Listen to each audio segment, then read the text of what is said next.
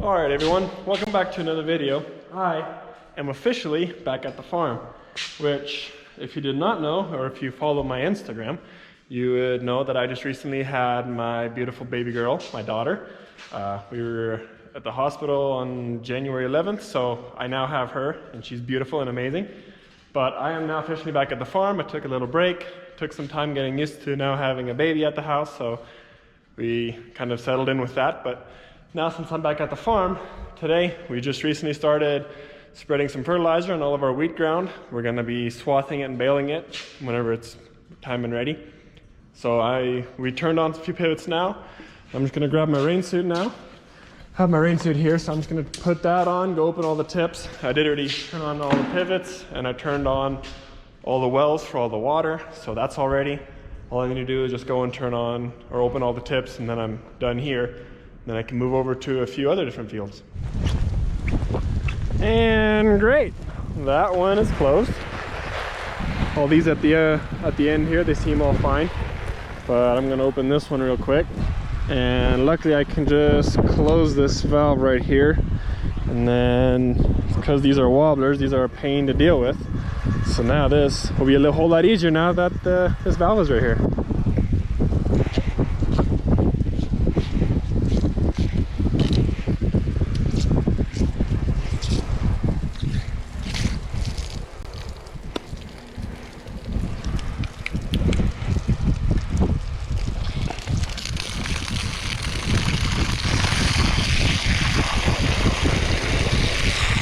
Well, that's a lot of mud.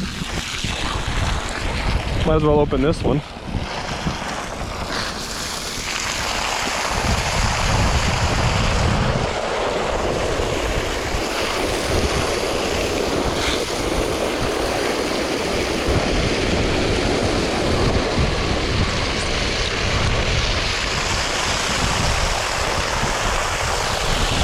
Gonna just let this drain out until it's somewhat clear water. We don't like too much dirt and stuff getting trapped up in here, so that's why this end pole is here. This just helps to collect dirt and stuff like that, and then we can drain it whenever we want to, which that's clear enough for me. Call that good. Now just to check the rest of the tips. Okay, now this pivot is ready to go. Open all the tips, and if you're wondering what kind of fertilizer we're putting down, if I can find a few pellets here, we just spreaded it on with the fertilizer spreader. If you can see that, basically just little white pellets. And what that is, it's basically just straight urea. So it's gonna help this wheat to grow really nice and tall. It already is looking very green and healthy. I love the look of this wheat, especially right here towards the end. I think it's getting a little bit more water here because this is usually where the pivot stops. So it gets a little bit more water, but really love the look of the wheat. Can't wait for the wheat to grow up even taller. But this is just urea that we're putting on here, so it's good fertilizer. Oh great, would you look at that. That hose right there is broken. I'm gonna have to come here with a ladder or something to come and fix it. Looks like I can reuse that hose. Looks like it's just bad on the top, so just need a new hose clamp, a ladder, and I think I can fix that. Easy enough. All right, got the ladder here with me. Yes, I just stuck it on the four-wheeler and then I sat down on that to hold it. Got everything else that I think I need. Got my crimper here with some hose clamps in my little pouch here. So I'm gonna see if I can fix this right here.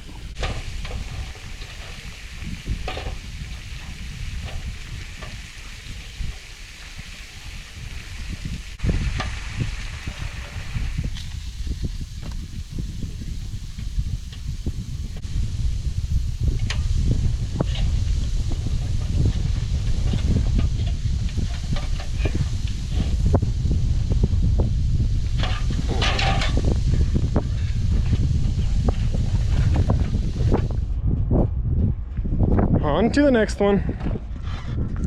Here at the next field, turning on some more wells and pivots again. And I want y'all to take a note of this. There's a nice big hole right there, and I'll show you what happened. We mid-watering throughout the winter, we had this valve right here break on us, which we already replaced it and put a new one on here. But because this broke, it sprayed water out of here, which right now there's a little bit of water flowing back into the well because of that check valve.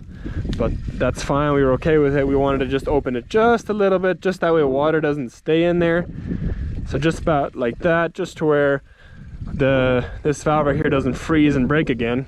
But it ended up spraying so much that it caused this hole right here. I don't know how well you can see it, but it's a very, very deep hole. And it is not fun, not cool. But one of these days now, we got to come here. We got some bricks that we're gonna use. We're gonna throw some bricks down there, kind of secure that hole a little bit more, and then cover it with dirt. But you can see that there's that casing right there, and that's where the pipes and everything are inside of.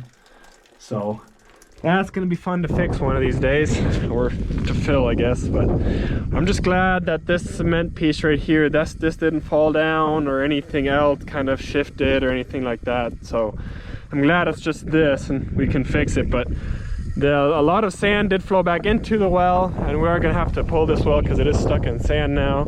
So one of these days after we fix this hole, we're gonna have to pull it out and fix it. Hopefully the pump and motor is still good, but I guess we'll see what happened. And I can't forget about this. No, we do not have a leak. Well, I mean, it's leaking, but basically there's a plug at the bottom, and we just take the plug out and whenever we're done watering. So because we don't want water to stay in this check valve right here, so we take this plug out and winterize it. That's the water drain. Got my pliers right here so I can just tighten it, and then we're good to go.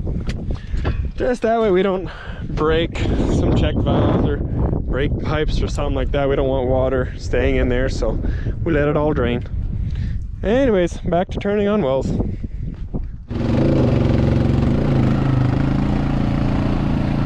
And now this pivot's up and running. And now this pivot's done. I don't know about you guys, but I always love the look of how it looks whenever you turn on pivots. All the misting by every single drop. I love it. It looks really good, especially on a day like this, nice and cloudy. Looks beautiful. I love it. All right, and we're back here 2 days later. We're going to be changing out some packages. So in one of my previous videos I mentioned how all of our pivots have tips in them that regulate how much water is coming through the pivot. So we're going to be changing out that package, swapping them out for, I believe there's a 700-gallon package in here. Got my little brothers with me to help me out. We're going to be changing out this package, the 700-gallon package in there, and we're switching it out to 450 gallons, so that only 450 gallons of water will be going through. So we got to start at this end. There's going to be a couple of blues at the end, and it's going to slowly work its way down until we get down to the super light blues and some beiges and whatnot. So we're going to be changing out some packages.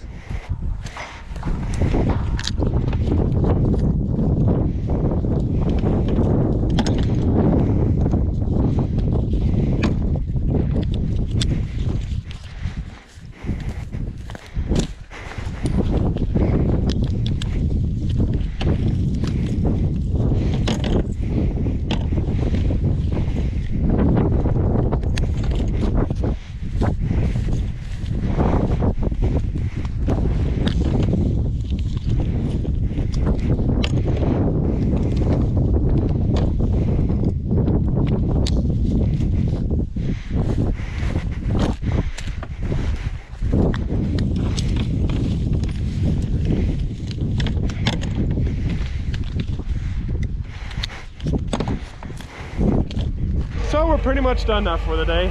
We just fixed this well right here. We were in a bit of a hurry, so I didn't really film much of it, but this well wasn't working, but now it does work. And if you're wondering why we're putting smaller packages in the pivots, it's quite simple actually. So this year or last year, we had corn on this field right here and the field right over. And as you know, corn needs a lot of water and we don't get rain out here.